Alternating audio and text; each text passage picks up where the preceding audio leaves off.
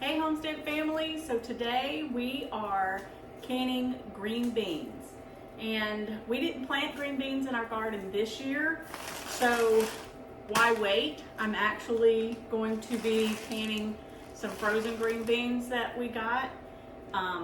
Same process, whether you pick them out of your garden or you pick them out of the freezer, but join us as we can green beans today.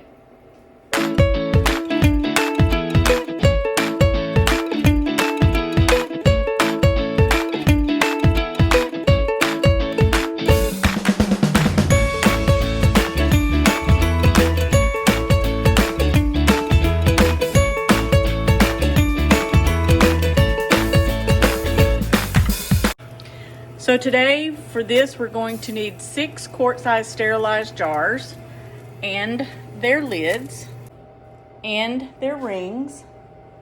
We have a stock pot for the green beans, and we have a pressure canner to can the green beans with. You'll also need a jar lifter, a funnel, a magnetic stick for the lids, and something to get the bubbles out of the jars after you've filled them and be able to measure the headspace of the jar.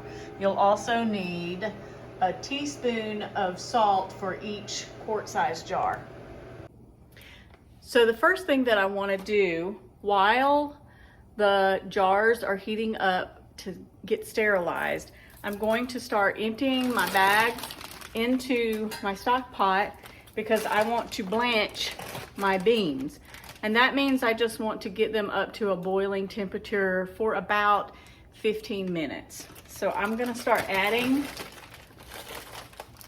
the frozen beans, green beans, to the stock pot.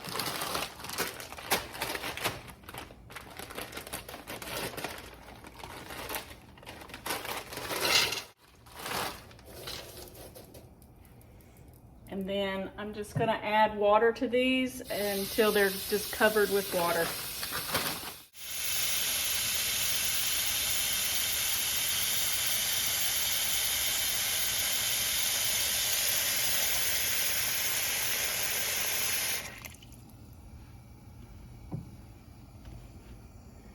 Then we're going to turn the stove on a high, medium-high heat and get these boiling. People ask me sometimes why, if they're in the freezer, they're already being preserved, why are you going from the freezer preservation to a canning preservation? And my simple reason for doing that is this. The canning lasts for years. It does not require electricity for the food item to stay safely canned, and so it's just a better way to me to preserve something. If the electricity goes out and my freezer goes out, I've lost before a lot of food because of a freezer going bad, or a freezer and the electricity being cut off for extended periods of time. We live in Florida and there's hurricane season, and it is not uncommon for us to lose electricity for weeks at a time when a severe hurricane will hit. So for canning, I don't have to rely on electric power to continue to keep my food preserved. Okay, so our green beans are boiling now. We're gonna let this boil a few minutes longer while we prepare our jars. I'll be adding a teaspoon of salt to each jar, and I'm not seasoning these beans in any other way other than just salt, because that leaves the opportunity for me to use them in more ways. So when if I just want to cook green beans, I can add my seasoning to that later. If I want to add it to soups, whatever I might want to do with these, by not seasoning them in a certain way gives me more opportunity for the green beans later. So we've added the salt to them, and now we're just going to fill each jar with the green beans and make sure that we have an inch of headspace at the top of the jar. So these are wide mouth jars. And the only reason I'm using the wide mouth is just that's what I had for this size jar. That's what I had available and clean. So we're going to add the green beans, and then I'll go back and take the juice that's in the water that I boiled them in and add that to get the 1-inch headspace at the top.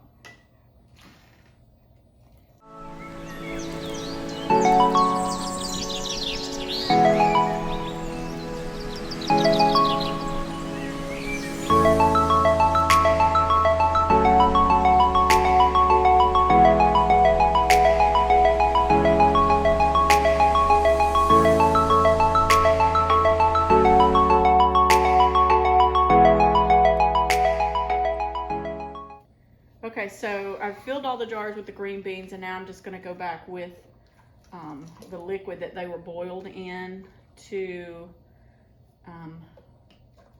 add to the jars. And like I said, we're going to have a 1-inch headspace. So 1 inch is right here. So that's kind of gives you what it looks like.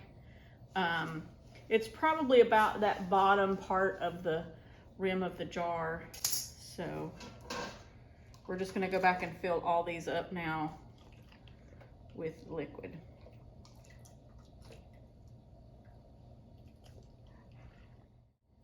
Okay, so basically what we're going to do is take this and just make sure we've got all of the bubbles out of the jars.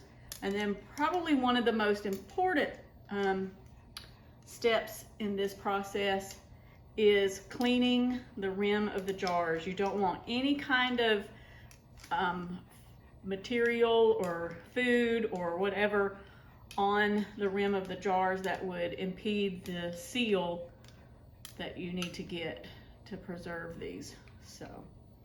So we've gotten the air bubbles out, and now we're just going to go around the rim, take our magnetic stick, pick up a lid, place it on there, and we're just going to place it hand tight. Screw the ring on hand tight. So clean the rim, lid, and a ring. So we're going to do this to all the jars.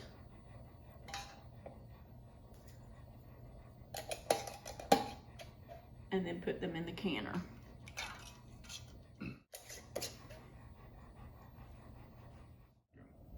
Okay, so we're going to load up the pressure canner with our 6 quarts of green beans.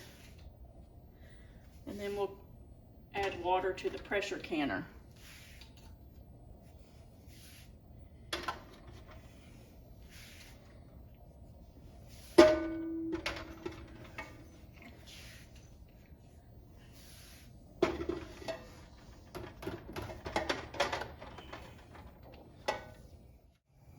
Okay, so I've put 3 quarts of hot water inside the canner, placed the jars inside the canner.